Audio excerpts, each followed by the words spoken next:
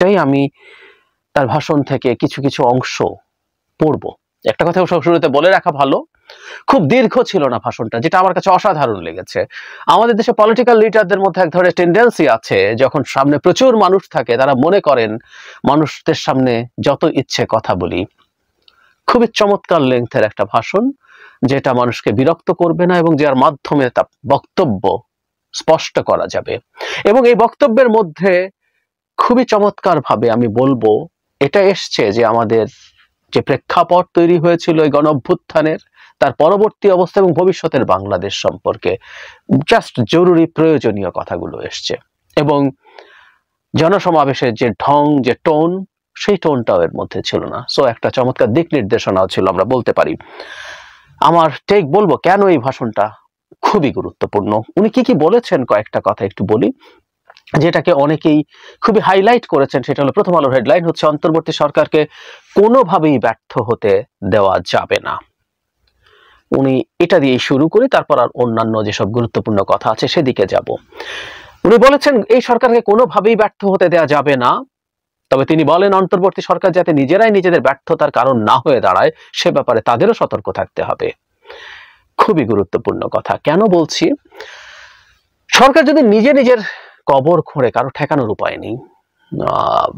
খেয়াল করি, একটা সরকার ক্ষমতায় এসছে, তারা সংস্কার করবেন, এটা নিয়ে অন্তত কনসাস সিটিজেনদের এন্ডোর্সমেন্ট আছে। কি হবে, কোন এক্সটেন্টে হবে, কতটুকু হবে, কত দিনে হবে, সেটা নিয়ে ডিবেট আছে, কিন্তু সংস্কারের কথা আছে। কিন্তু মানুষের দৈনন্দিন জীবনের যেসব সংকট, মানুষের জীবন জীবিকার নিরাপত্তা, দ্রব্যমূল্য, চাঁদাবাজি, ঘুষ, এর যেসব মানুষের প্রতিদিনকার জীবনে মানুষ সাফার করেছিল, শেখ হাসিনাকে ঝেঁটিয়ে বিদায় করার ক্ষেত্রে এগুলো খুব গুরুত্বপূর্ণ কারণ ছিল। এই জায়গাগুলোতে সরকারকে খুব ভালোভাবে পারফর্ম করতে হবে। পতিত যে স্বৈরাচার মাফিয়া শেখ হাসিনা এবং তার সাঙ্গপাঙ্গদের বিচার সঠিকভাবে আগাচ্ছে, সঠিকভাবে হচ্ছে, এরকম বেশ কিছু জিনিস আছে, তাদেরকে নিশ্চিত করতে হবে। শুধু তাই না, আন্দোলনে যেসব ছাত্ররা ইনভলভড হয়েছেন, তাদের যেসব সমন্বয়করা আছেন, তাদের আচরণ কোনো কোনো ক্ষেত্রে প্রশ্নের জন্ম দিচ্ছে। সরকারকে এই ব্যাপারগুলোতেও নজর দিতে হবে। সুতরাং সরকার তার নিজের বিপদ যাতে তৈরি না করে, সেটা আসলেই সতর্ক থাকা দরকার আছে। এবং বিএনপির মতো দল যখন বলছে এই সরকারকে ব্যর্থ হতে দেয়া যাবে না, এটা সরকারের জন্য একটা বিরাট শক্তি হয়ে দাঁড়িয়েছে। বিএনপির সর্বোচ্চ ব্যক্তি, ডিফ্যাক্টো আমরা এভাবে বলবো। উনি এটাও খুব ক্লিয়ারলি এন্ডোর্স করেছেন, যেটা দীর্ঘদিন থেকে আমরা আলাপ করছি, সেটা খুবই জরুরি ছিল। গণ অভ্যুত্থানের মাধ্যমে যে গঠিত সরকার, জনাব তারেক রহমান বলছেন বাংলাদেশ কিংবা যে কোনো দেশে গণ অভ্যুত্থানের মাধ্যমে গঠিত সরকার অবশ্যই জনগণের সরকার। তাই জনগণ অন্তর্বর্তী সরকারের প্রতি সহযোগিতা অব্যাহত রেখেছে, রাখবে। কিন্তু কোনো এক পর্যায়ে অন্তর্বর্তীকালীন সরকারের জবাবদিহিও কিন্তু নির্বাচিত সংসদের মাধ্যমেই নিশ্চিত করা হয়। সুতরাং জনগণের রাজনৈতিক ক্ষমতায়নের মাধ্যমে একটি নির্বাচিত সংসদ এবং সরকার প্রতিষ্ঠাই অন্তর্বর্তী সরকারের সব সংস্কার কার্যক্রমের প্রথম এবং প্রধান টার্গেট হওয়া উচিত। খুবই সঠিক কথা। কারণ কেউ আমরা এই সরকারটাকে আন্ডারমাইন করার চেষ্টা দেখেছি, যে এই সরকারটাকে এক ধরনের কেয়ারটেকার সরকারের সাথে তুলনা। না, এটা কেয়ারটেকার সরকার না, এটা একটা জনগণের সরকার, ম্যান্ডেট প্রাপ্ত সরকার। জনাব তারেক রহমান বলার পর আমি আশা করি তার দল এটাকে সেভাবেই দেখবেন। কিন্তু এটাও সত্য, যেটা উনি স্মরণ করিয়ে দিয়েছেন, অনেক কিছুরই বৈধতা বা অনেক কিছু নির্ভর করবে পরবর্তী সংসদের উপরে। That's true. এই সরকার সংবিধানের বাইরে অনেক কাজ করছে, কিছু সুপ্রিম কোর্টের আপিল বিভাগের রেফারেন্সে হবে, কিছু না থাকলেও সেগুলোর অনেক কিছু হয়তো আমাদের র্যাটিফাই করতে হতে পারে। সুতরাং সেই সরকারটা প্রতিষ্ঠা করা, জেনুইনলি সেই সংসদটা প্রতিষ্ঠা করা, সেটাই একটা গুরুত্বপূর্ণ কাজ হবে। এবং এখানে উনি সংস্কারের কথা এনেছেন। সংস্কার যেগুলো আছে, উনি কিছু জিনিস স্পেসিফিক করছেন, এবং উনি বিশ্বাস করেন যে জনগণের ইনভলভমেন্ট ছাড়া কোনো সংস্কার আসলে কার্যকরী হবে না।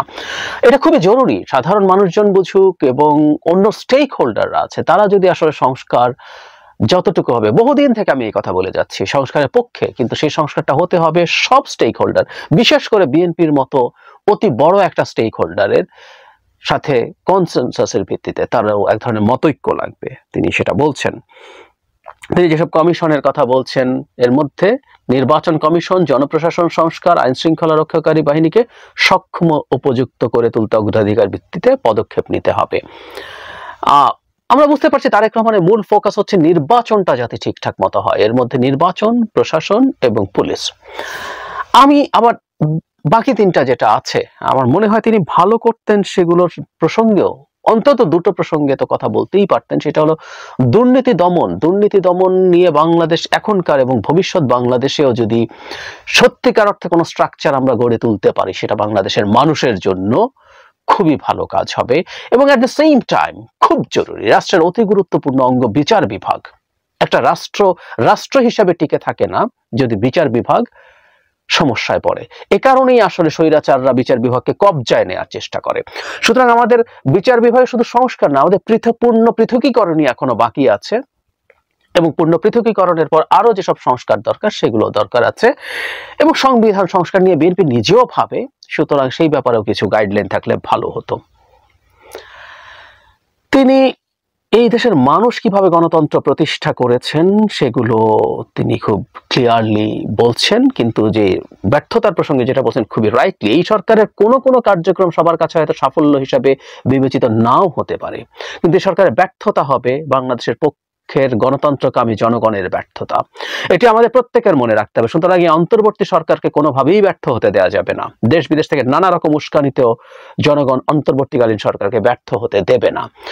রাইটলি বাংলাদেশের ভেতরে এবং বাইরে সমস্যা আছে, একটা যে সেন্স অফ ইউনিটি, এটা আসলে সবচেয়ে দরকার। এই সরকারটার ওনার দলের প্রতি আমি ধারণা করে এক ধরনের নির্দেশনা দিয়েছেন যে সব কাজ সবার পছন্দ হবে না। ট্রু, একটা সরকার যখন কাজ করবে সে ভুল করবে। আমি ব্যক্তিগতভাবে মনে করি না এই সরকার কোনো ইভিল ইন্টেনশনে কোনো কিছু করছে, কিন্তু এই সরকার ভুল করবে, করছেও। আমি কিছু কিছু ক্ষেত্রে আমি ভুল দেখতেই পাচ্ছি, বলেছিও কিছু, আরো বলবো। কিন্তু এই সরকার ভুল করলেও সেটাকে ওন করা। ফলে আমরা যদি মানুষ হিসাবে, দল হিসাবে, জাতি হিসাবে এই সরকারের পেছনে ঐক্যবদ্ধ থাকি, তাহলে আমাদের যে চক্রান্ত হচ্ছে এতে কোনো সন্দেহের কিছু নাই, সেটা আমরা অনেকটুকুই দূরে সরিয়ে রাখতে পারবো। এই ঐক্যের ডাক দেওয়াটাও জনাব তারেক রহমানের দিক থেকে একটা খুবই গুরুত্বপূর্ণ ব্যাপার। এরপর তিনি একটা অসাধারণ কাজ করেছেন, সেটা হলো বিএনপির যে 31 দফা আছে, তারা রাষ্ট্র সংস্কারের 31 দফা একটা করেছে। আমরা জানি তারা নিজেরা একটা করেছিলেন, পরে অন্যান্য রাজনৈতিক দল এবং মঞ্চের সাথে বসেছিলেন, গণতন্ত্র মঞ্চ ছিল, আরো অন্যরাও ছিল, বসে তারা একটা 31 দফা দিয়েছেন। কিন্তু খুবই চমৎকার হচ্ছে এখানে যেন তারেক রহমান বলছেন যে এটাই শেষ কথা না, which is very important। মানে একটা রাজনৈতিক নেতা বা একজন আধুনিক মানুষের যেটা করা উচিত, যে তার মন খোলা রাখা উচিত, কোনো কিছু শেষ হয়ে যায় না। 31 দফা খুব পুরনো ডকুমেন্ট না, নতুনই ডকুমেন্ট, কয়েক মাস আগে এটা চূড়ান্ত হয়েছে, এখনো 1 বছর বা বছর খানেক বয়স হয়েছে, স্টিল ইটস ভেরি নিউ। কিন্তু এই যে 1 বছরের মধ্যেও এটা নতুন বাস্তবতা তৈরি হতে পারে, নতুন প্রেক্ষাপট তৈরি হতে পারে, যে প্রেক্ষাপটে মানুষের মধ্যে আকাঙ্ক্ষা তৈরি হতে পারে যে আরো কিছু জিনিস এখানে যুক্ত হতে হবে। এবং জনাব তারেক রহমান তার ভাষণে সেই ব্যাপারে তার মন খোলা থাকার কথা বলছেন। এটা অপরিবর্তনীয় কিছু নয়, তিনি মনে করেন এটা পরিবর্তন হতে পারে। সো এই যে খোলা থাকা, ভেরি ইম্পর্টেন্ট, চমৎকার ব্যাপার। এবং একটা রাজনৈতিক দলকে, একটা গণতান্ত্রিক রাজনৈতিক দলকে, একটা দলকে গণতান্ত্রিক হয়ে ওঠার জন্য সমাজে, জনগণের, রাষ্ট্রের বিভিন্ন পর্যায়ে সংখ্যা যতজনেরই হোক না কেন, সেটা যদি খুবই গুরুত্বপূর্ণ বিষয় হয়, সেটা গ্রহণ করার জন্য মন খোলা রাখা দরকার। খুবই আমি ব্যক্তিগতভাবে মনে করি যে এই একটা ব্যাপার থাকা জরুরি। আমাদের রাজনৈতিক দলগুলোর মানুষের মধ্যে আমরা প্রচুর ইগো দেখতাম মাঝে মাঝে, এটা বলেছি, কথা নড়চড় হবে না। মানুষকে, বিশেষ করে রাজনৈতিক দলকে ফ্লেক্সিবল হতে হবে। গণতান্ত্রিক রাজনৈতিক দল যদি সেটা হতে চায়, গণতন্ত্র মানেই হচ্ছে আমরা মানুষের সম্মতি চাই, মানুষের মতামত নিতে চাই, সেই অনুযায়ী নিজকে চেঞ্জ করতে চাই। এটা একটা খুব গুরুত্বপূর্ণ জায়গা বলে আমি পয়েন্ট আউট করতে চাই। তিনি বিএনপির বিরুদ্ধে যেসব হয়েছে, যেসব ক্রাইসিস হয়েছে, এবং সেটার পর এখন এই মাফিয়া সরকার, উনি এই সরকারকে by the mafia, for the mafia, of the mafia বলেছেন, রাইটলি, ডেমোক্রেসির সাথে তুলনা করে। এখানে একটা, তারা যে সবকিছু ধ্বংস করে দিয়ে গেছে, সেখানে অন্তর্বর্তীকালীন সরকার যখন কাজ করতে শুরু করেছে তখন নানা রকম চ্যালেঞ্জ আছে।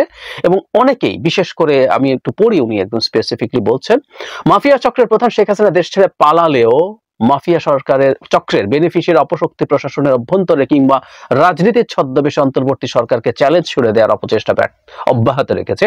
এ ব্যাপারে তিনি সবাইকে সতর্ক করেছেন। আবারও এই সরকারটা যাতে তার কাজ এগিয়ে নিয়ে যেতে পারে সেটা তিনি বলছেন। এই হচ্ছে মোটামুটি জায়গা। আমার কাছে আরো কিছু ইস্যু ছিল, কিন্তু এগুলোই আমার কাছে মূল এবং প্রধান ইস্যু বলে মনে হয়েছে। ওখানে অন্যরা বক্তব্য দিয়েছেন, যার মধ্যে একটা কথা অন্যদের বক্তব্য রিফ্লেকশন এসছে যে এই সুযোগটা আমরা যেন হেলায় না হারাই। জনাব তারেক রহমানেরও বক্তব্যের মধ্যে এটা এসছে, এটা সাধারণ প্রতিটা দেশপ্রেমিক মানুষের, প্রতিটা জাতীয়তাবাদী মানুষের চাওয়ার জায়গা। এর জন্য আনন্দিত হয়েছে, সেলিব্রেট করেছে, এই সরকারের পেছনে থেকেছে এবং তারা কতগুলো কাজ করতে চায়, দেশটাকে বিভিন্ন দেখতে চায়, অ্যাক্টিভলি তার পেছনে আছে। আমি আলাদা ভিডিও করে বলেছিলাম বন্যার সময় মানুষের যে জাগরণ আমরা দেখেছি, মানুষের যে অনুভূতি দেখেছি, এটা আসলে ওই স্পিরিটটার কারণে। সুতরাং এই স্পিরিটটা যেটা তৈরি হয়েছে, এই স্পিরিটটা আসলে আমাদেরকে কাজে লাগাতে হবে। ওভারঅল কয়েকটা রিমার্ক জনাব তারেক রহমানের বক্তব্য থেকে। তারেক রহমানকে কে কিভাবে দেখবেন সেটা তার নিজস্ব চয়েস। প্রত্যেকটা মানুষকে পছন্দ করতে হবে না, এটা নিয়ম। পৃথিবী এরকমই যে কেউকে পছন্দ অপছন্দ করতেই পারে, এটা নিয়ম। রাজনৈতিক কারণে হতে পারে, অন্য কোনো কারণে হতে পারে, কিন্তু একটা বাস্তবতা সম্ভবত আমাদেরকে মেনে নিতেই হবে। এটা বাস্তবতা, সেটা হচ্ছে বাংলাদেশের রাজনীতিতে তারেক রহমান থাকছেন, এটা বাস্তবতা। বিশেষ করে শেখ হাসিনা চলে যাবার পর সবচেয়ে বড় যে দলটা, তার ডিফেক্টো নেতা তারেক রহমান এবং বেগম খালেদা জিয়া যে এতটা অসুস্থ, তার পক্ষে আসলে এই দল পরিচালনা করার মতো আর পরিস্থিতি নেই। সেখানে তারেক রহমানই খুব অল্প সময়ের মধ্যেই এই ডিফেক্টটা মুছে দিয়ে সর্বোচ্চ নেতাই হয়ে যাবেন। সুতরাং বাংলাদেশের সামনেটা কেমন হবে, ভবিষ্যৎটা কেমন হবে, তার সাথে তারেক রহমান কি ভাবছেন, কিভাবে উনি দেখতে চাইছেন বাংলাদেশকে, আমরা পছন্দ করি বা না করি, আমরা অনেকেই হয়তো পছন্দ করি না, আমাদের মধ্যেই এরকম মানুষ আছে, কিন্তু এটা হচ্ছে একটা বাস্তবতা। সুতরাং সেই বাস্তবতার জায়গা থেকে আমরা যখন দেখছি জনাব তারেক রহমান ইনক্রিজিংলি আগের চেয়ে প্রতিদিন ক্রমাগত তিনি আরো ম্যাচিওরড হয়ে উঠছেন।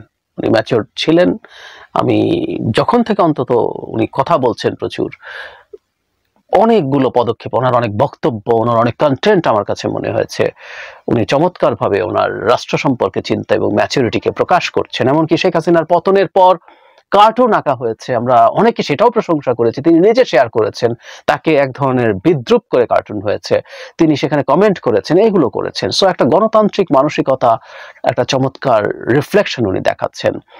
গতকালের ভাষণে তিনি এটাকে আরো উপরে নিয়ে গেলেন এবং দুটো জিনিস আমরা মনে রাখবো, তিনি ইজ ওপেন টু চেঞ্জ, উনি সংস্কার প্রস্তাবগুলোকে পাল্টাতে প্রস্তুত আছেন, সেই ধরনের মানসিকতা দেখাচ্ছেন।